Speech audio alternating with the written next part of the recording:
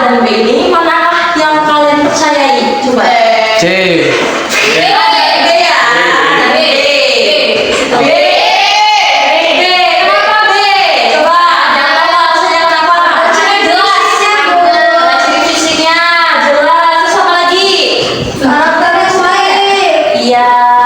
Kalau teks A itu kenapa nggak dipilih? Kenapa coba?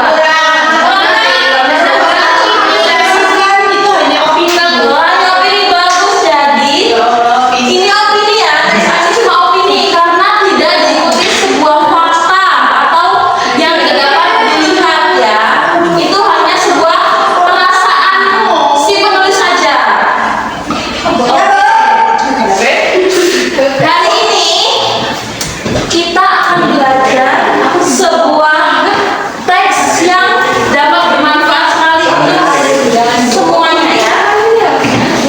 Aku yang ambil tadi. Ibu hari ini membawa media pembelajaran. Coba kalian lihat di depan. Kelihatan nggak? Kelihatan ya? Kelihatan ya? Nah, kalian tahu nggak sih ada polisi, ada dokter, ada jurnalis, ada guru.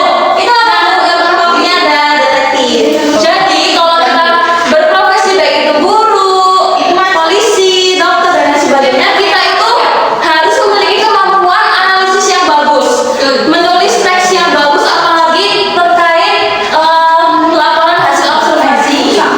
Jadi hari ini ada yang tahu kita mau belajar tentang apa? Teks laporan hasil observasi. Ya, betul. Kita mau belajar teks laporan hasil observasi. Nah, Ibu mau jelaskan dulu tujuan pembelajaran pada hari ini. Yang pertama, peserta didik diharapkan mampu menyebutkan ciri dan tujuan laporan hasil observasi. Yang kedua, menyusun laporan observasi secara runtut dan logis. Dan yang terakhir, menuliskan laporan dengan bahasa ilmiah yang jelas dan objektif. Nah, selanjutnya kalian penasaran kan? Ada yang tahu nggak pengertian teks laporan hasil observasi? Tahu, Bu. Apa? Teks laporan hasil observasi adalah teks berbentuk yang mendeskripsikan suatu masalah atau fenomena berdasarkan fakta, Bu. Ya, tepuk tangan buat Suga.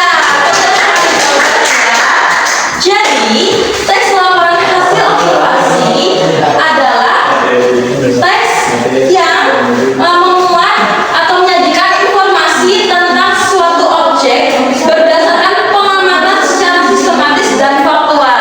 Jadi intinya teks LHO atau observasi ini yaitu isinya menyajikan sebuah informasi yang fakta, dapat dilihat, dapat diukur dan dapat dicek kevaliditannya atau realitanya. Tujuannya untuk apa? Yaitu memberikan informasi berdasarkan fakta serta melatih kemampuan berpikir ilmiah dan sistematis. Sebelum kita lanjut, hari ini Ibu mau memberikan sebuah gelar untuk anak-anak ini. GR. Gelar apa tuh? GR. Sarjana. Salah, Ibu mau memberi gelar detektif. Detektif, iya.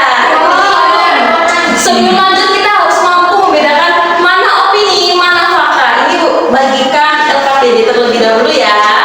Aku Bu, ya. Silakan dikerjakan dulu. 5 menit aja, kalau ini cuma checklist aja. Kucing. Oh, udah ya. Bu, izin bertanya Bu, ya. Kalau fakta F ya? Ya, kalau fakta tulis F, kalau opini tulis O ya. Coba dibaca dulu. Ya. Coba dibaca dulu. Ya, Bu.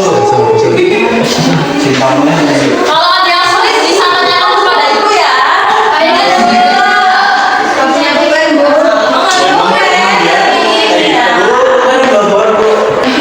Jangan dengan baik dan benar nanti Ibu cek ini.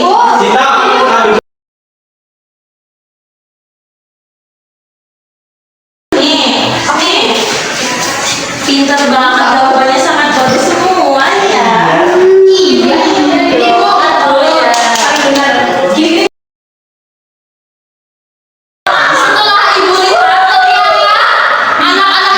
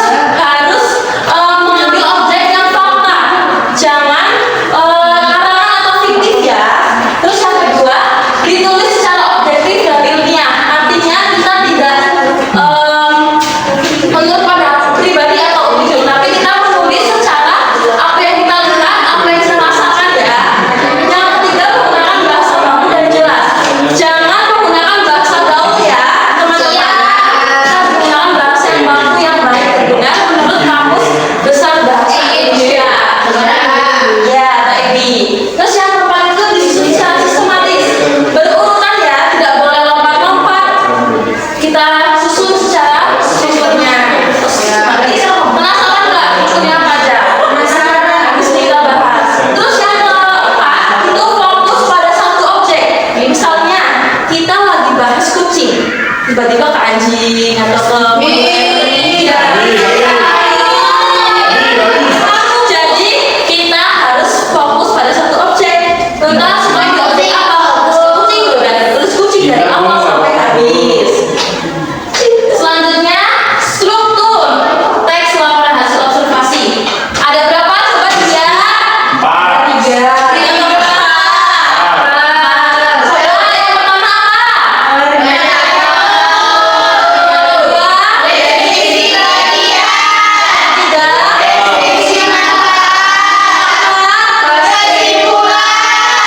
Udah masuk belum sama ini?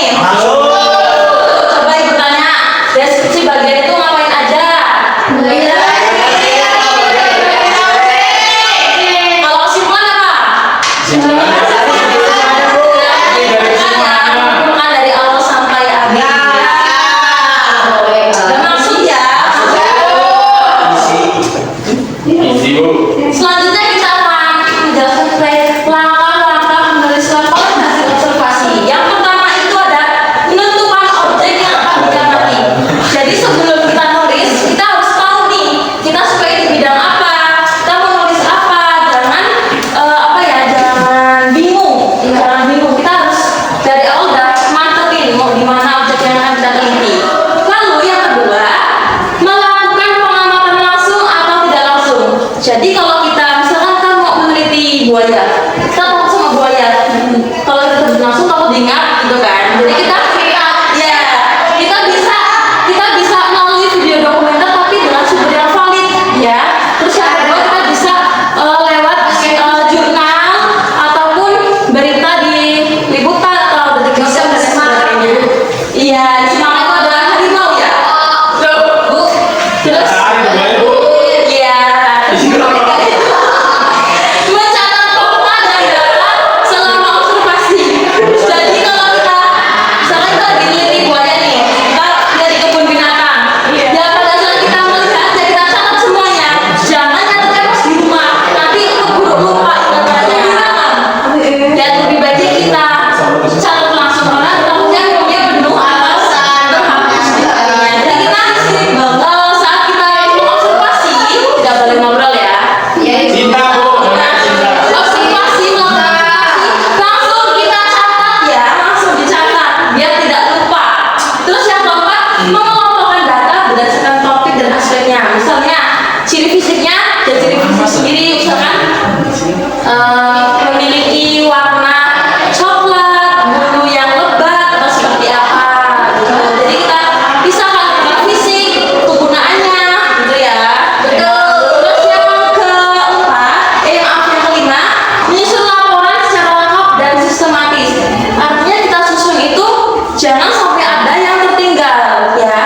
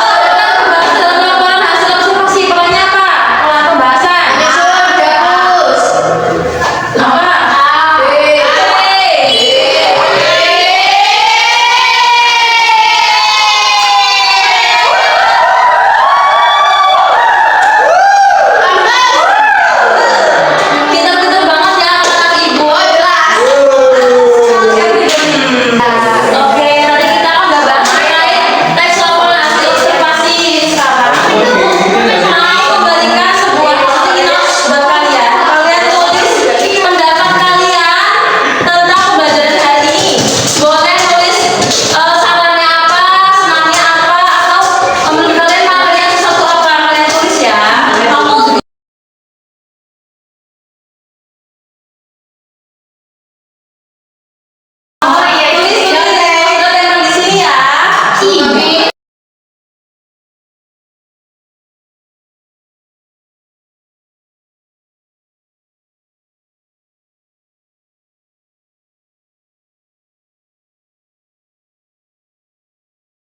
Sudah.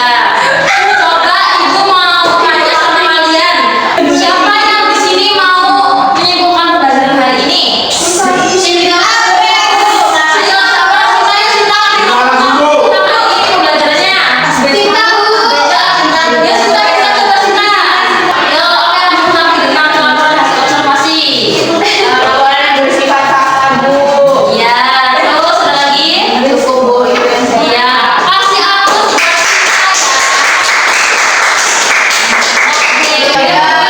Itu saja materi yang dapat Ibu sampaikan pada hari ini. Semoga materi yang disampaikan dapat bermanfaat untuk kita semua ya. Amin. Jangan lupa PR dikerjakan waktunya 10 hari. Baik Ibu ya. Kita duduk rapi dulu, coba duduk rapi. Sini ya, sini berdoa dalam hati. Mulai. Amin.